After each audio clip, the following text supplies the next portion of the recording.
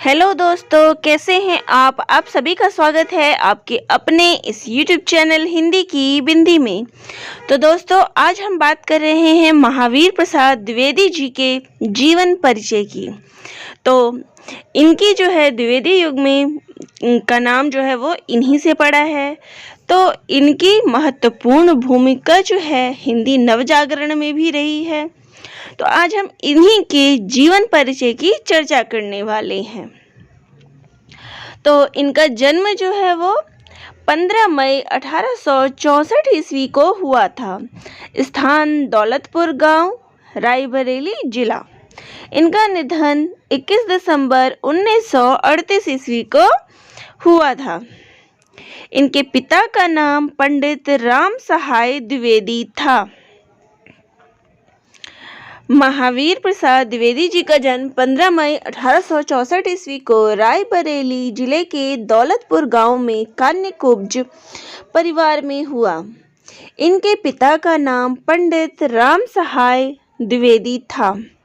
प्रारंभिक शिक्षा गांव में हुई। परिवार की आर्थिक स्थिति इनकी जो थी वो अच्छी नहीं थी, फिर भी इन्होंने जो है स्वयं के बल पर संस्कृत, अंग्रेजी, बंगला, मराठी, गुजराती, फारसी आदि भाषाओं का ज्ञान प्राप्त किया। शिक्षा के पश्चात इन्होंने जो है रेलवे में नौकरी की थी और वो नौकरी भी किसी वजह से ये वहाँ से नौकरी छोड़कर सरस्वती पत्रिका का संपादन करने लगे। 1903 ईस्वी में इन्होंने सरस्वती पत्रिका का संपादन किया। महावीर प्रसाद द्विवेदी नवीन युग के प्रवर्तक थे। इनके नाम पर द्विवेदी युग का नाम पड़ा।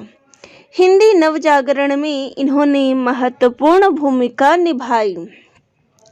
ब्रज भाषा के स्थान पर खड़ी बोली हिंदी को काव्य भाषा के रूप में प्रतिष्ठित करने का श्रेय इन्हीं को प्राप्त है। सम्मान, इनको क्या क्या सम्मान प्राप्त हुए हैं। सन 1931 ईस्वी में काशी नागरी प्रचारिणी सभा ने इनको आचार्य की उपाधि प्रदान की। तो तभी से हम इनको आचार्य महावीर प्रसाद द्विवेदी जी के नाम से जानते हैं। तो इनको आचार्य की उपाधि किसने दी? नागरी प्रचारिणी सभा ने। हिंदी साहित्य सम्मेलन प्रयाग ने इनको वाचस्पति की उपाधि प्रदान की। तो हो सकता है परीक्षा में इन दोनों के ऊपर भी क्वेश्चन आए कि किसने जो है महावीर प्रसाद द्विवेदी को आचार्य की उपाधि दी और किसने वाचस्पति की उपाधि दी। तो ये जरूर ध्यान में रखिएगा। कृतियां, अब इनके द्वारा लिखी गई कृतियां कौन कौन सी है? तो काव्य संग्रह देखते हैं इनकी द्वारा लिखी गई काव्य कौन से हैं। काव्य मंजूषा 1903 ईस्वी, कविता कलाप 1909 ईस्वी, सुमन 1923 ईस्वी। निबंध, इन्होंने जो है 100 से अधिक निबंध सरस्वती व अन्य पत्रिकाओं में प्रकाशित हुए हैं। आलोचना, तो इन्होंने कौन कौन सी आलोचनात्मक पुस्तकें लिखी है? हिंदी नवरत्न, रसज्ञ रंजन, साहित्य सीकर, नाट्य शास्त्र, विचार विमर्श, साहित्य संदर्भ, वनिता विलाप, कालिदास की निरंकुशता,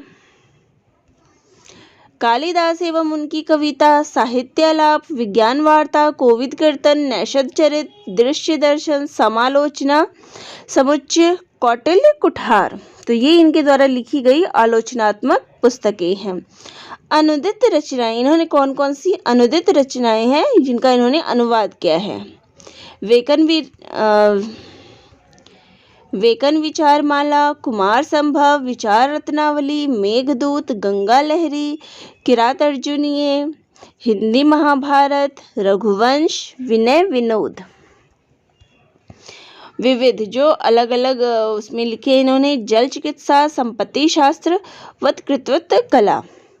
संपादन, इन्होंने जो है वो सरस्वती पत्रिका का संपादन किया 1903 ईस्वी में। भाषा शैली, अब इनकी भाषा कैसी थी? इनकी भाषा विषय अनुकूल, शुद्ध परिनिष्ठित, संस्कृत तत्सम शब्दावली से युक्त भाषा का ये प्रयोग करते थे। मुहावरे युक्त भाषा का प्रयोग, तो इनकी भाषा में जो है वो मुहावरों का प्रयोग भी देखने को मिलता है।